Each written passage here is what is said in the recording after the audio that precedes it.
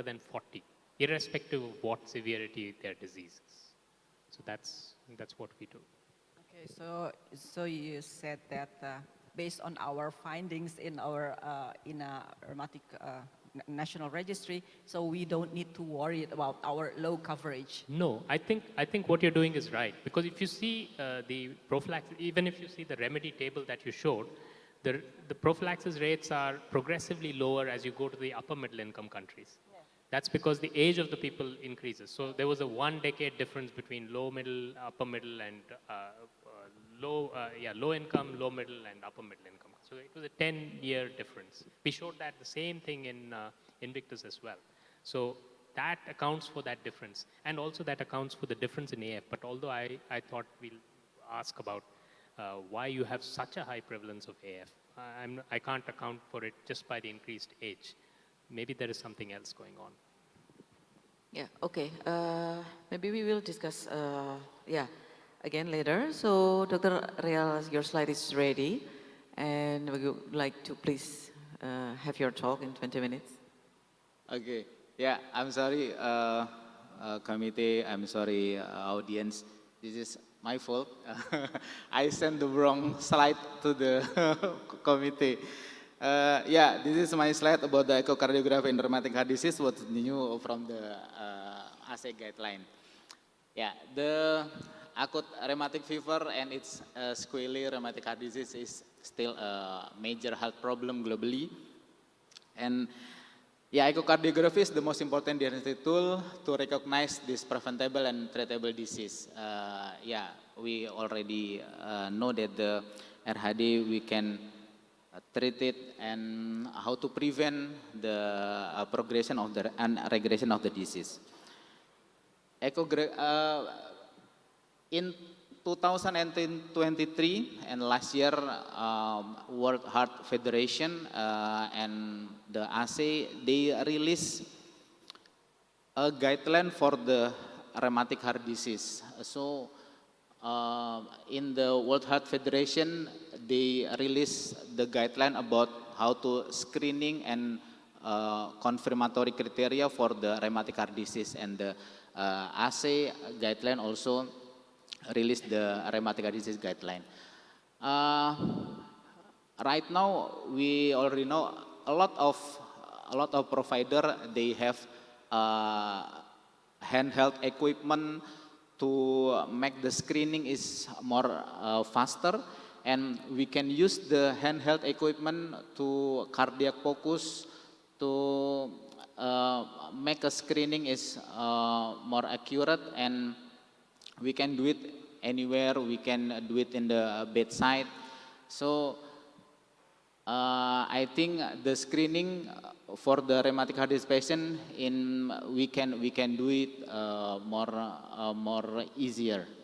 Yeah, and serial echocardiography I think should be performed in patient diagnosed with suspected to have ARF, because the incidence of recurrency and RHD at 10 years is high, almost 20% and 52% to become an RHD.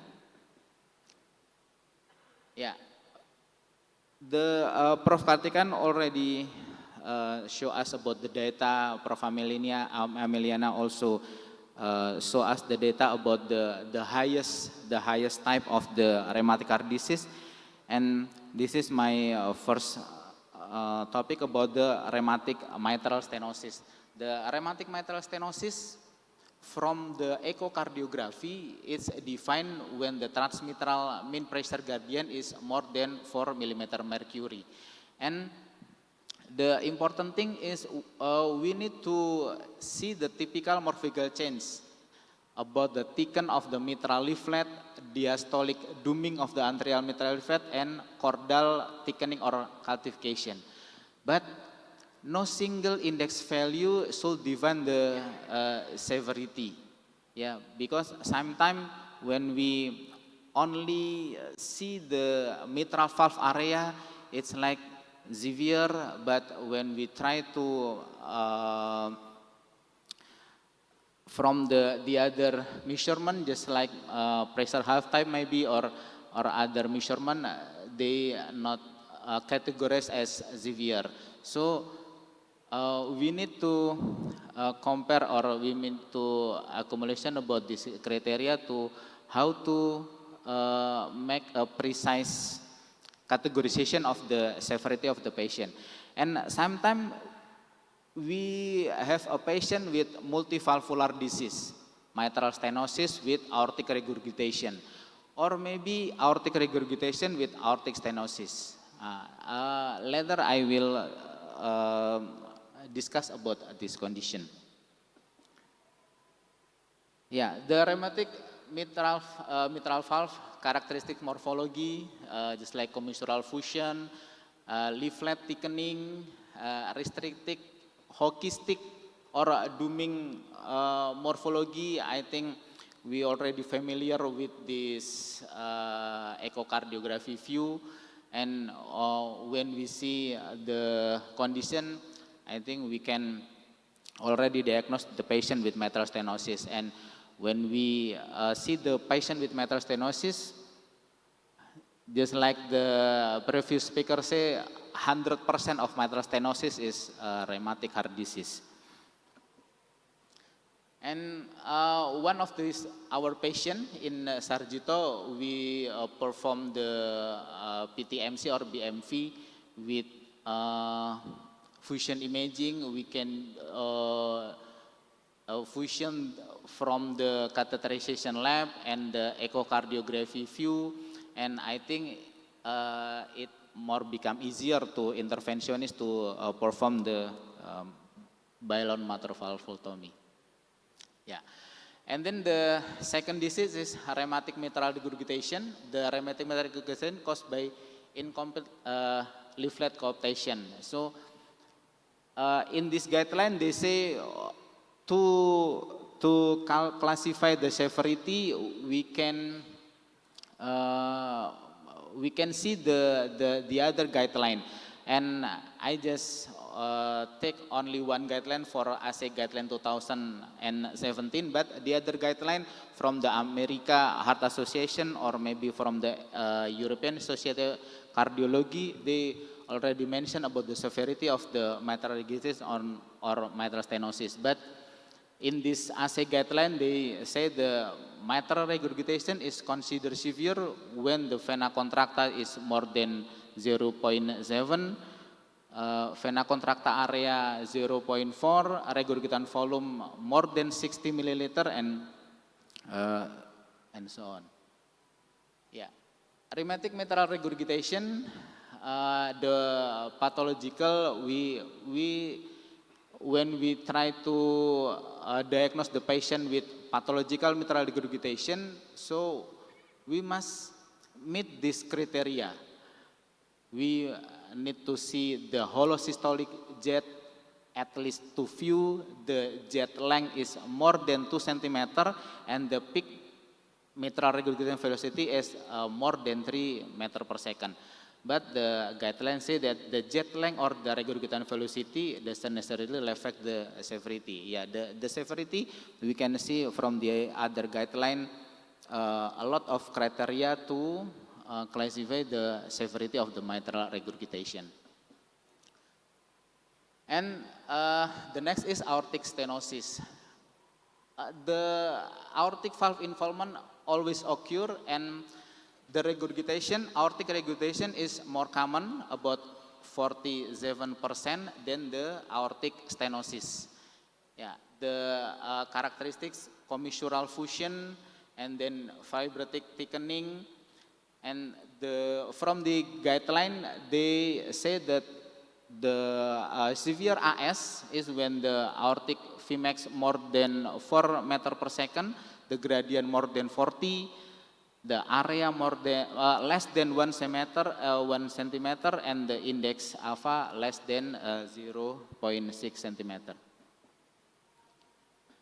Yeah, then this aortic regurgitation, rheumatic aortic stenosis usually coexists with the aortic regurgitation. Just like I said before that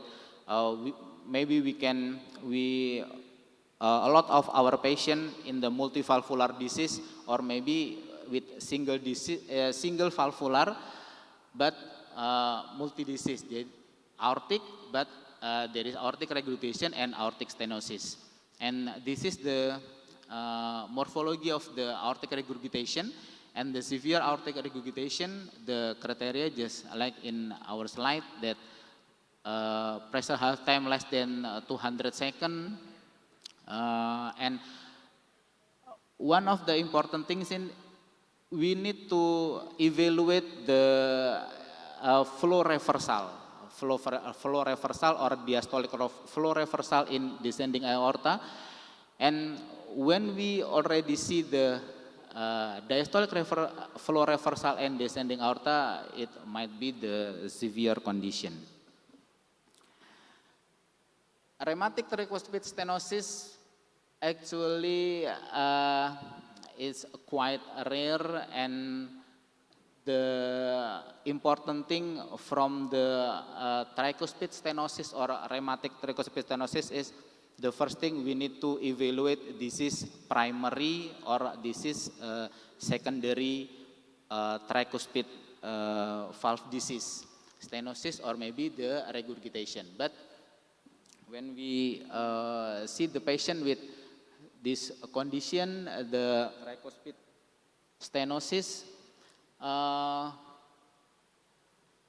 tricuspid stenosis considered to be severe with mean gradient more than 5 millimeter mercury, and not only from the hemodynamic changes or maybe the morphological in the tricuspid valve, but we need to evaluate the supportive finding or maybe indirect sign of the tricuspid stenosis or tricuspid regurgitation. And what we need to evaluate is the right atrial pressure. Is there any dilatation of the right atrial or maybe the inferior vena cava? And when we found this feature in the echocardiography, we can say that the tricuspid stenosis is severe. Yeah, this is the video of the tricuspid stenosis. We can see the tricuspid valve is not quite enough to open the tricuspid valve. Yeah, rheumatic tricuspid regurgitation, most common valve lesion after mitral regurgitation and mitral stenosis. But just like I said before, but we need to evaluate this is the primary tricuspid regurgitation or secondary tricuspid regurgitation. The primary tricuspid regurgitation result from valvulitis or complication for the acute rheumatic fever, sequelae from RHD. But secondary rheumatic tricuspid regurgitation due to the tricuspid annular dilatation from right heart enlargement. And when we already diagnose the patient with the primary or secondary regurgitation, it can make sure us what should we do about this patient. We leave it the tricuspid regurgitation, or we need to deliver the patient to surgical department to intervention the tricuspid valve. Yeah, primary tricuspid regurgitation associated with typical diastolic doming, just like we can see in the video, the opening or maybe the closing of the tricuspid valve is limitation from this opening. And this is the severe criteria for the tricuspid regurgitation about the color Doppler and vena contracta area, and one important thing is about the indirect sign or supportive data. We need to evaluate the hepatic vein. Is there any systolic flow reversal and hepatic vein? And also the tricuspid EV velocity.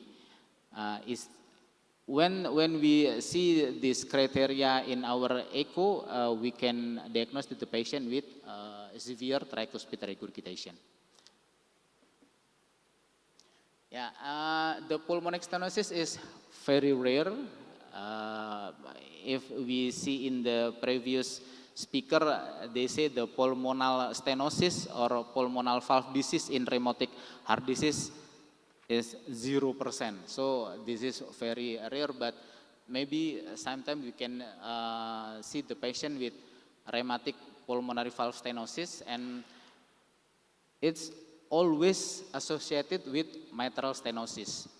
Just like the tricuspid stenosis or tricuspid valve, the unique anatomy of the tricuspid or unique anatomy from the pulmonal valve, with only 2D transthorax, we cannot capture all the 3 pulmonal valve, but we can view the 3 pulmonal valve when we use the 3D echo.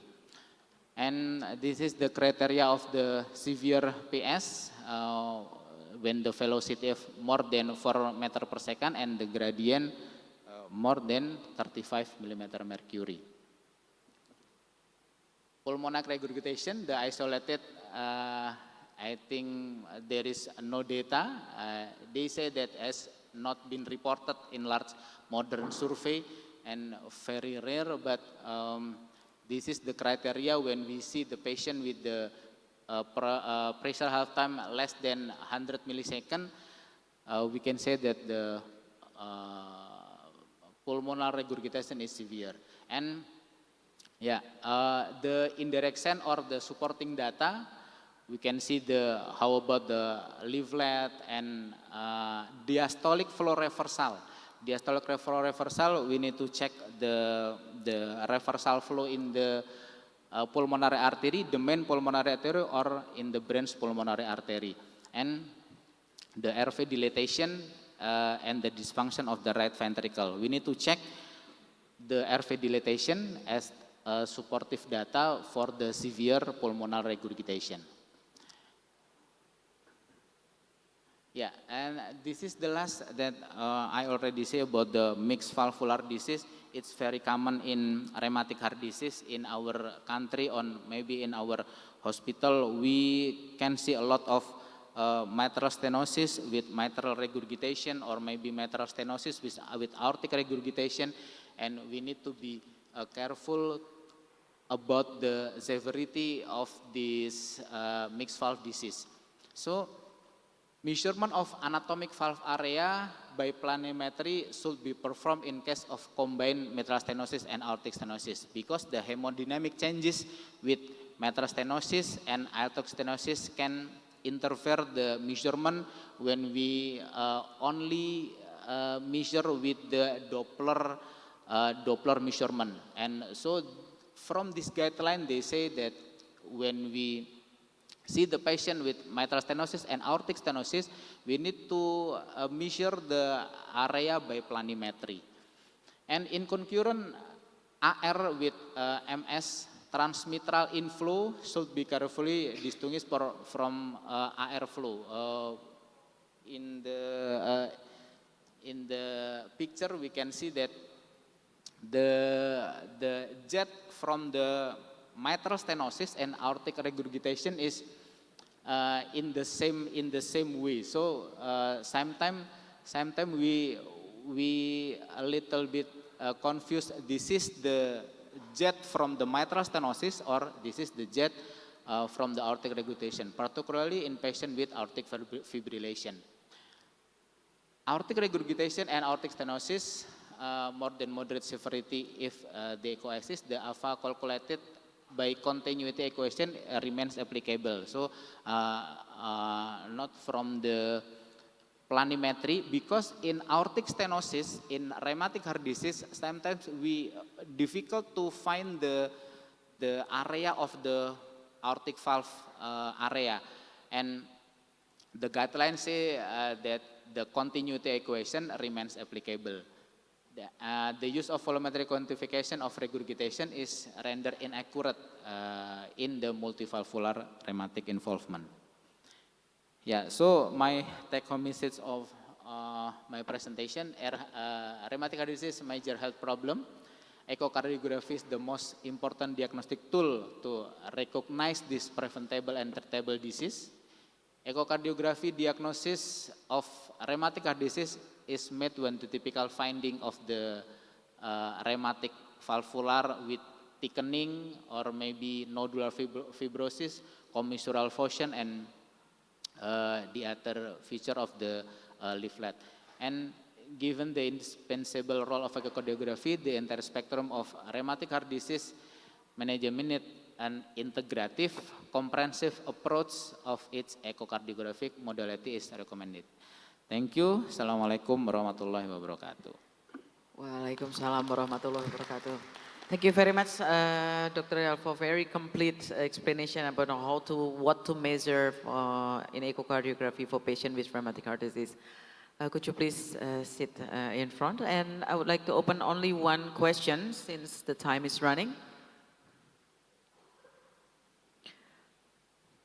Okay, maybe I would like to ask Prof. Mil.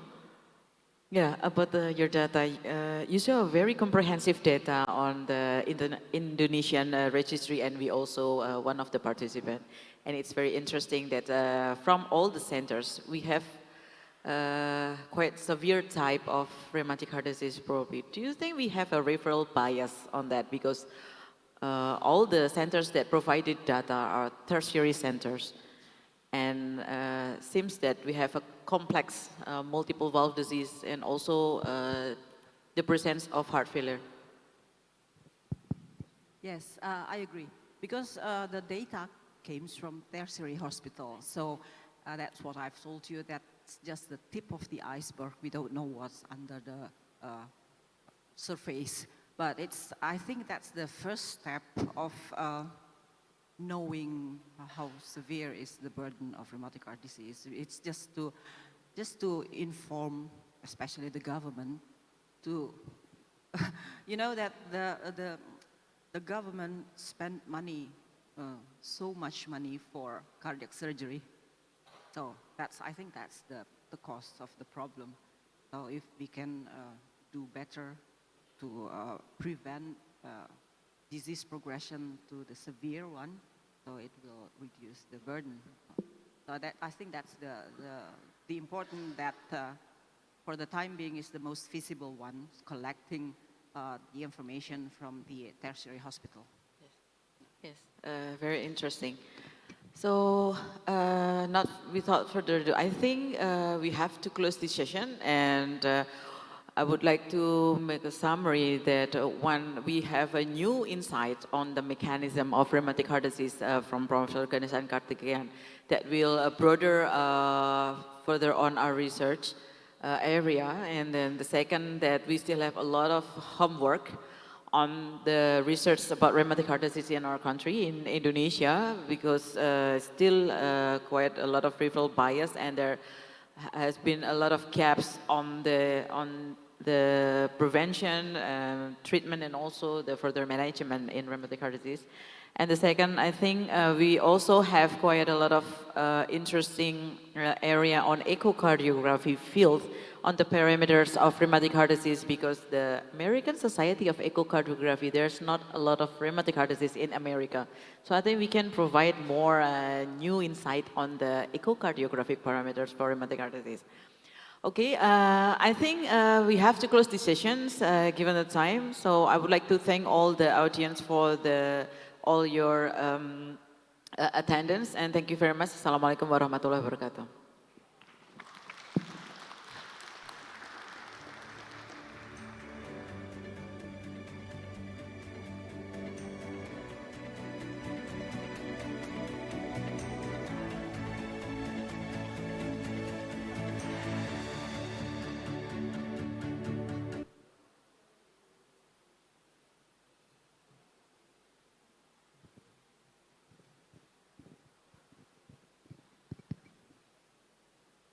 Okay, thank you very much for Dr. Wulan, and we extend our sincere gratitude to our esteemed speaker for their presence and the invaluable knowledge they have imparted.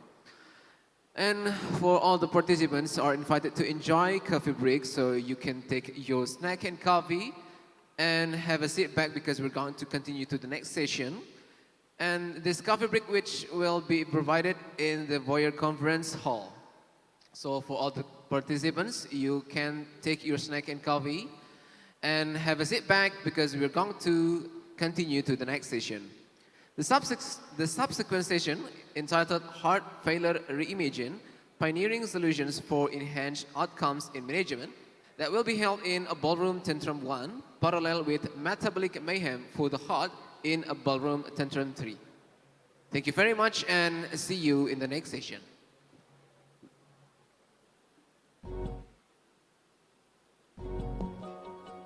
Complex structural heart procedures increasingly demand minimally invasive approaches that can help reduce the frequency and severity of complications and make interventions more predictable and efficient.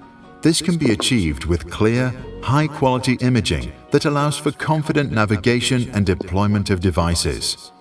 While real-time 3D TEE imaging provides critical insights into soft tissue anatomy as well as function and flow information, X-ray can be invaluable when visualizing devices during interventional procedures. By helping you combine these two modalities in a single, real-time, simultaneous view, Echo Navigator empowers you to work intuitively and quickly to guide your device in the 3D space, thanks to its automated smart fusion technology. Building on the strong foundations of 10-year innovations and previous releases, Philips is introducing Echo Navigator Release.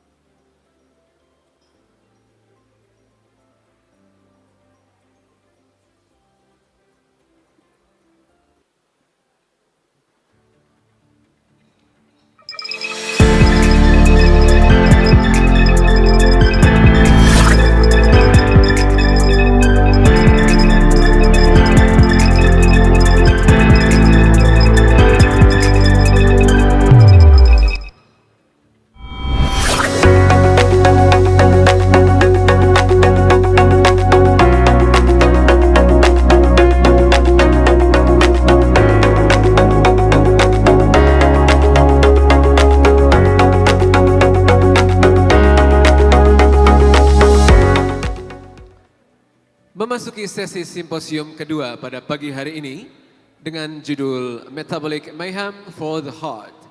Sesi ini akan terdiri dari 3 materi. Yang pertama dengan judul Recent Guidelines for Management for ASCVD with Type 2 Diabetes yang akan disampaikan oleh Dr. Yuli Astuti, SPPD SPJP. Dan materi kedua dengan judul Coronary Intervention in CAD with Type 2 Diabetes, What and When akan disampaikan oleh Dr. Gagah Buana Putra, SPJP. Serta materi ketiga dengan judul GLP-1 Receptor Agonist Semaglutide Once Weekly, a Novel Treatment Choice for ASCVD with Type 2 Diabetes, yang akan disampaikan oleh Dr. Raden Bowo Pramono, SPPD KMD. Sesi ini akan dipandu oleh Dr. Med. Dr. Putrika Prastuti Ratnagarini, SPJP Konsultan sebagai moderator. Beliau merupakan cardiologist consultant di bidang cardiac imaging dan merupakan staf Departemen Kardiologi dan Kedokteran Vaskular FKK MK UGM. Kepada Dr. Putrika dipersilakan untuk memulai sesi.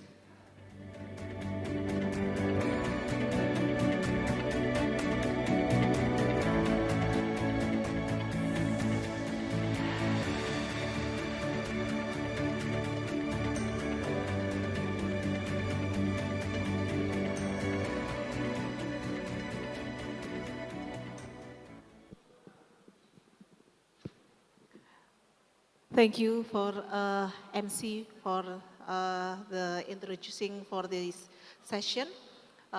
Today I will moderate for this session, and as instruction or ask from the 3 speakers, then would you, the audience, let me speak in bahasa. Untuk yang pertama, sesi yang pertama nanti akan dibawakan oleh Dr. Yuli Astuti. Sambil saya akan membacakan untuk CV-nya. Dr. Yuli Astuti adalah kardiologis lulusan dari FKK MK UGM, dan beliau juga adalah internis juga dari FKK MK UGM dan lulus tahun 1999 untuk sebagai medical doctor, dan beliau saat ini adalah kardiologis di Wonogiri General Hospital dan Pelita Husada Hospital. Dipersilakan oleh Dr. Yuli Astuti untuk membawakan presentasi dengan judul Recent Guideline of Management for ASCVD with Type 2 Diabetes. Silakan. Waktu 20 menit ya. Terima kasih kepada panitia, kepada moderator atas kesempatan yang diberikan kepada kami untuk mempresentasikan tentang recent guideline the management of ASCVD and type 2 diabetes and the role of secondary and prevention. Mungkin saya benarkan tadi saya di RSUD Wonosari jadi dokter dan di Pelita Husada. Disclosure saya, kemudian kami akan memberikan presentasi tentang outline saya dengan ASCVD, kemudian the link between ASCVD and type 2 diabetes, dan management of people with ASCVD in type 2 diabetes. Atherosclerosis cardiovascular disease, which includes coronary artery disease, di mana bahwa penyakit kardiovaskular disease ini termasuk adanya penyakit jantung koroner, kemudian penyakit cerebrovaskuler, dan peripheral artery disease, di mana merupakan penyebab kematian utama dan penyebab angka kesakitan pada pasien-pasien dengan individu diabetes mellitus. Di mana bahwa pada kenyataannya di dunia dan di Asia, bahwa penyakit kardiovaskuler ini memberikan angka kematian nomor 1, di mana bahwa 17,9 juta pasien-pasien ini 32% kematiannya secara global disebabkan oleh penyakit kardiovaskuler disease. 85 kematian karena penyakit ini termasuk adanya serangan jantung dan penyakit stroke. Kemudian dari 8% kematian ini di Asia, 36%-nya ini akan menyebabkan kematian secara menyeluruh dan 87% dari kematian dari penyakit ini disebabkan karena adanya ischemic heart attack sebanyak 47% dan penyakit stroke sebanyak 40%.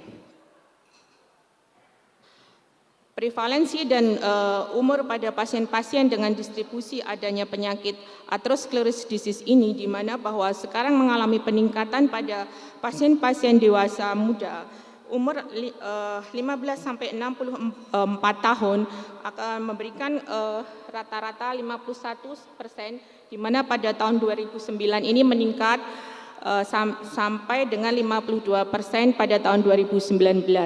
Kita lihat bahwa dengan adanya pola hidup yang kurang baik itu ternyata pada umur 15 sampai 64 tahun ini sudah terjadi adanya penyakit arteriosclerosis. Dengan umur lebih dari 65 tahun pada pasien-pasien yang lebih tua itu dengan berkisar antara 48 sampai 47%, di mana kematian utama dan menyebabkan disabilities, di mana bahwa ischemic heart disease ini menjadi nomor 1 penyebab kematian di Indonesia. Di mana 1 di antara 3 orang dengan pasien-pasien dengan penyakit kardiovaskular disease ini didapatkan adanya penyakit diabetes tipe 2. Kita lihat sehari-hari baik di puskesmas maupun di rumah sakit kami bahwa pasien-pasien dengan penyakit jantung koroner ini ternyata dia juga menderita penyakit diabetes. Sehingga pada pasien mohon kami kepada teman-teman mungkin yang berada di puskesmas maupun dijaga di UGD untuk aware benar-benar memperhatikan pasien-pasien dengan penyakit jantung koroner untuk men-screening adanya penyakit diabetes maupun pada pasien-pasien dengan diabetes tipe 2 untuk dilakukan screening EKG. Karena pada pasien-pasien dengan diabetes kadang-kadang paling banyak itu istilahnya atypical symptom, sehingga kita benar-benar harus aware. Resiko terjadinya penyakit jantung koroner ataupun ASCVD, di mana dia bisa menyebabkan terjadinya serangan jantung mendadak maupun terjadinya stroke pada pasien-pasien dengan diabetes tipe 2, ternyata resikonya lebih tinggi, yaitu 2-4 kali lipat untuk terjadinya serangan, sehingga benar-benar kita harus memperhatikan. Di mana bahwa 50% pasien-pasien dengan diabetes, di mana pasien-pasien ini yang mempunyai aware untuk terjadinya serangan jantung hanya sekitar 50%. Resiko untuk terjadinya serangan jantung pada pasien-pasien dengan diabetes dibanding yang tidak diabetes, resikonya lebih tinggi, di mana 20% dibandingkan dengan 45%. Survival rate pada pasien-pasien dengan diabetes mellitus itu lebih rendah dibandingkan dengan yang tidak diabetes mellitus. Kita lihat di situ bahwa grafiknya untuk survival rate-nya lebih rendah. Kemudian bahwa pada pasien-pasien dengan stroke maupun dengan serangan jantung, angka untuk luaran klinisnya juga lebih tinggi, juga terjadinya rehospitalisasi juga lebih tinggi. Pasien-pasien dengan diabetes juga mempunyai risiko untuk terjadinya penyakit arteri perifer disease dan juga terjadinya stroke yang lebih tinggi. Pada pasien-pasien dengan diabetes, di mana 25% serangan jantung dengan STEMI ini 40%-nya tidak terdiagnosis adanya penyakit gula, sehingga kita benar-benar harus aware untuk yang berada di garda terdepan. Pasien-pasien di mana pasien-pasien dengan diabetes ini memberikan adanya paparan yang panjang dan lama, ini akan terjadi adanya hiperglisemia dan insulin resisten ini akan memberikan mekanisme patofisiologi di mana terjadinya ASCVD ini terjadinya peningkatan ROS, kemudian peningkatan adanya glycation end product, kemudian adanya protein C kinase, kemudian menghasilkan glukose uptake yang berlebihan di dalam dinding pembuluh darah. Ini akan menjadikan chronic vascular inflammasi yang akan nantinya menyebabkan resiko untuk terjadinya ASCVD lebih tinggi. Ditambahkan pula adanya sosial status ekonomi yang tidak bagus, kemudian adanya lingkungan yang tidak bagus untuk terjadinya pola hidup yang tidak sehat seperti makanan yang berlebih, kemudian adanya lingkungan psikososial stres yang berlebihan dan adanya kurang tidur juga bisa memberikan kronik inflamasi pada pasien-pasien dengan ASCVD menjadi lebih jelek. Ini kita lihat mekanisme contributing altered platelet activation atherothrombosis di mana terjadinya inflamasi dan peningkatan ROS serta adanya non-enzymatic protein glycation modifying function, kemudian adanya penurunan endothelial dysfunction sintesis, platelet aktivasi yang berlebihan serta proagulan serta didapatkan adanya faktor risiko hipertensi, smoking, obesity dan dyslipidemia ini akan mengakibatkan activated platelet yang berlebihan dan thrombin generation serta fibrin network yang membuat atherothrombosis yang membuat resiko-resiko terjadinya ASCVD. Kemudian pada pasien-pasien dengan DM tipe 2 juga resiko untuk terjadinya komplikasi pada pasien-pasien dengan CKD itu juga bisa memperburuk terjadinya resiko terjadinya cardiovascular disease.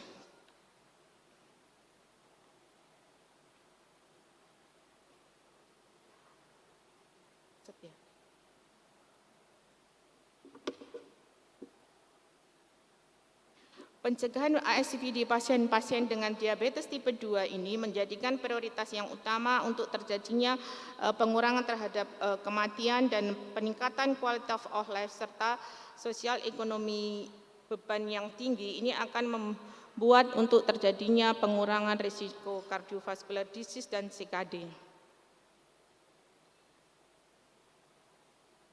Bagaimanapun kita lihat bahwa 2 di antara 10 pasien-pasien dengan type 2 diabetes dan cardiovascular disease dan faktor risiko faktor ini bahwa dengan terapi yang baik ini akan memberikan pencegahan terhadap risiko terjadinya cardiovascular disease yang baik. Kita lihat bahwa kita harus melakukan cardiovascular risk reduction pada pasien-pasien dengan diabetes mellitus tipe 2, di mana bahwa kita harus mengendalikan glycemic control, kemudian harus mengendalikan lipid management yaitu dengan statin ataupun dengan pengendalian gula darah yang baik, kemudian dengan screening cardiovascular disease pada pasien-pasien yang mungkin belum terdeteksi, kemudian dengan pemberian antitrombotik terapi dengan aspirin yang merupakan standar terapi. Nanti kita harus memberikan terapi dengan SGLT2 dan GLP-1 reseptor agonis ini akan memperbaiki luaran klinis untuk terjadinya ASCVD yang lebih buruk. Pada ESC Guideline 2023, di mana bahwa stratifikasi resiko pada pasien-pasien ASCVD dengan very high risk, di mana bahwa resiko pada pasien-pasien dengan DM tipe 2 ini dengan clinical established ASCVD, kemudian dengan severe target organ, baik misalkan mungkin kalau di perifer, di istilahnya di prolanis itu dilakukan pemeriksaan secara rutin tiap 6 bulan sekali, itu kita sudah bisa mendeteksi di mana terjadinya neuropati maupun nefropati maupun mikroalbuminuria ini, di mana pasien-pasien yang dengan severe high risk ini akan mempunyai resiko untuk 10 tahun ke depan, di mana lebih dari 20% dengan menggunakan skor 2 diabetes. Skor 2 diabetes ini bisa kita lakukan dengan menghitung skornya bisa melalui aplikasi yang ada di dalam handphone ya. Kemudian stratifikasi yang kedua yaitu high severe risk, yaitu dengan pasien-pasien di mana ketika dilakukan skor 2 diabetes, dia dalam 10 tahun ke depan risikonya kejadiannya sekitar 10-20%. Sedangkan pada pasien-pasien dengan moderate severe risk, kejadian risiko kardiovaskular sekitar 5 sampai kurang dari 10% menggunakan skor 2 diabetes.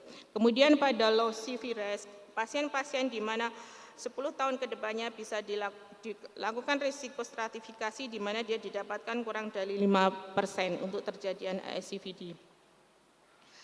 Pada pasien-pasien dengan ASCVD ini, di mana pada dengan guideline di 2023, kita akan menambahkan untuk GLP-1 reseptor agonis dengan SGLT2 inhibitor, di mana ini merupakan kelas rekomendasi kelas 1. itu dilakukan untuk pada pasien-pasien dengan very high risk ASCVD. Kemudian pasien-pasien dengan high risk kita berikan metformin, SGLT2 inhibitor dan GLP-1 reseptor, di mana ini merupakan rekomendasi kelas 2B. Dan pada pasien-pasien dengan low risk dan moderate risk, maka metformin mendapatkan kelas tempat di 2A. Manajemen kardiovaskular disease pada pasien-pasien dengan type 2 diabetes, menurut ISC Guideline 2023, dengan adanya cardiovascular disease, kemudian didapatkan adanya terkonfirmasi adanya cardiovascular disease, kemudian yang kedua yaitu bila terkonfirmasi dengan heart failure dan terkonfirmasi dengan kidney disease, maka kita akan memberikan terapi tambahan yaitu berupa untuk yang type 2 diabetes mellitus dengan ASCVD untuk mengurangi kardiovaskular resiko independen yang berhubungan dengan glucose control, maka penambahan GLP-1 reseptor agonis dan kemudian penambahan SGLT2 inhibitor merupakan rekomendasi kelas 1. Kemudian untuk pasien-pasien dengan diabetes tipe 2 dengan heart failure, kita memberikan SGLT2 inhibitor, baik itu heart failure dengan reduce ejeksi prasi, med reduce ejeksi prasi maupun proses reduksi ejeksi prasi direkomendasikan untuk menggunakan SGLT2 inhibitor kelas, ini merupakan rekomendasi kelas 1. Kemudian yang dengan pasien-pasien yang dengan CKD, maka kita juga boleh tambahkan dengan SGLT2 inhibitor, di mana selain ditambahkan pada terapi pada pasien-pasien yang sudah mendapatkan terapi standar. Kemudian untuk pasien-pasien dengan resiko independen glucose control cardiovascularis ini, GLP-1 reseptor dan SGLT2 inhibitor merupakan rekomendasi kelas 1, di mana dia bersifat independent of HbA1c, jadi HbA1c berapapun boleh diberikan, kemudian independen dengan di mana bisa ditambahkan bila belum terkendali, yaitu dengan metformin ataupun kalaupun metformin itu merupakan kelas 2A dan pioglitason merupakan kelas 2B. Di mana GLP-1 reseptor akan memberikan keuntungan, yaitu untuk keuntungan terhadap terjadinya kardiovaskuler ini menjadi lebih baik, di mana salah satu contohnya adalah semaglutid. Dan kemudian untuk SGLT2 inhibitor ini mencegah kejadian kardiovaskuler yang lebih buruk, yaitu dengan dapagliflozin, empagliflozin maupun sotagliflozin. Kemudian untuk yang glucose lowering agent yang juga mempunyai keuntungan untuk terjadinya kardiovaskuler, yaitu DPP-4, kemudian sulfonylurea ini mungkin untuk yang teman-teman yang berada di perifer ataupun di puskesmas bisa memberikan klimipirid ataupun glikasid. Ini yang mempunyai keuntungan pada penyakit-penyakit perbaikan untuk penyakit-penyakit jantung.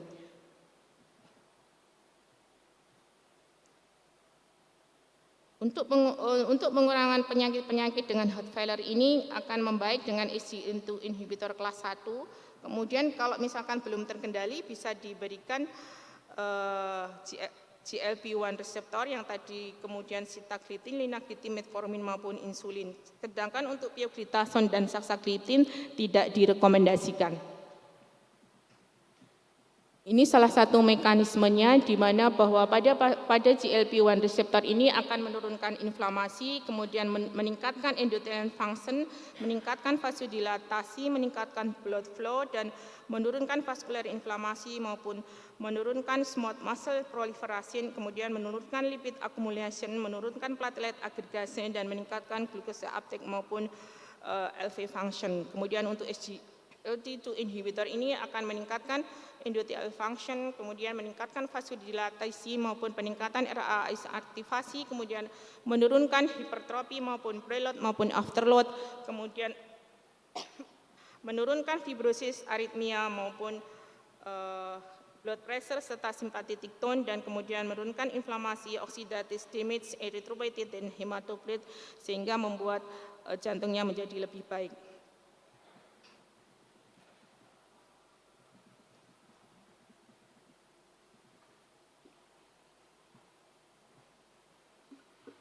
Ini di mana GLP-1 reseptor agonis ini mempunyai kemampuan untuk menurunkan appetite, yaitu rasa lapar, sehingga pasien-pasien mungkin uptake-nya menjadi berkurang, sehingga untuk peningkatan risiko hiperglikemia menjadi berkurang, sehingga body weight bisa berkurang. Ini juga akan memperbaiki penurunan adiposis, sehingga membuat jantungnya menjadi lebih baik, di mana heart rate maupun iskemiknya serta velocity heart-nya akan membaik, yaitu dengan peningkatan glucose utilization, fatty acid utilization, dan coronary flow serta heart rate.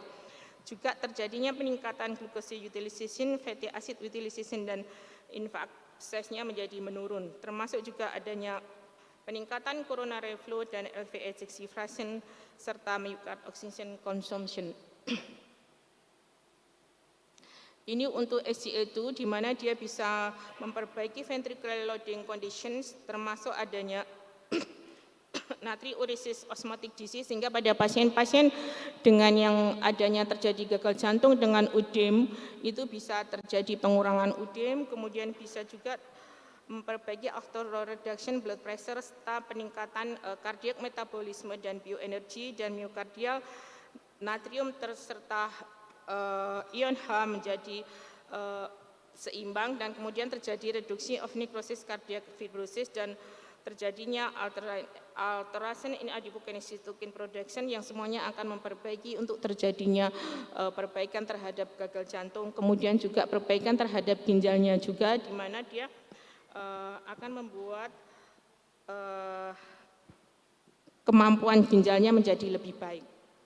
Waktu 1 menit 30 detik ya, Dr. Yuli. Ini untuk khusus semaglutide, di mana bahwa dia bisa mengurangi improve glucose metabolisme, reduce body weight, kemudian one with semaglutide lead to reduce rismate pada pasien-pasien dengan type 2 dan pada pasien-pasien dengan high risk. Kemudian dengan memberikan pengurangan terjadinya inflamasi, memperbaiki lipid profil, dan memperbaiki untuk adanya atherosclerotic effect, ini akan memperbaiki semuanya sehingga membuat semaglutide menjadi proven safety pada pasien-pasien dengan ASCVD.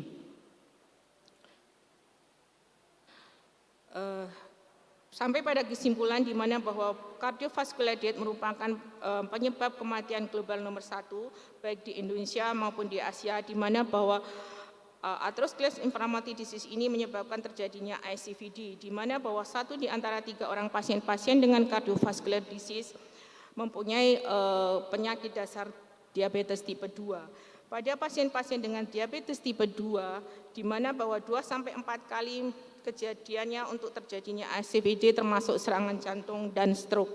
Kemudian pada pasien-pasien ASCVD dan diabetes tipe 2 yang mempunyai komorbid diabetes tadi, di mana ISC merekomendasikan untuk pemberian penambahan GLP-1 reseptor dan SGLT2 untuk memperbaiki kejadian kardiovaskulernya, di mana termasuk semaglutide, kemudian juga memberikan rekomendasinya pada pasien-pasien ini, di mana dia tidak bergantung adanya HbA1c seberapapun bisa diberikan untuk pasien-pasien dengan ASCVD. Terima kasih.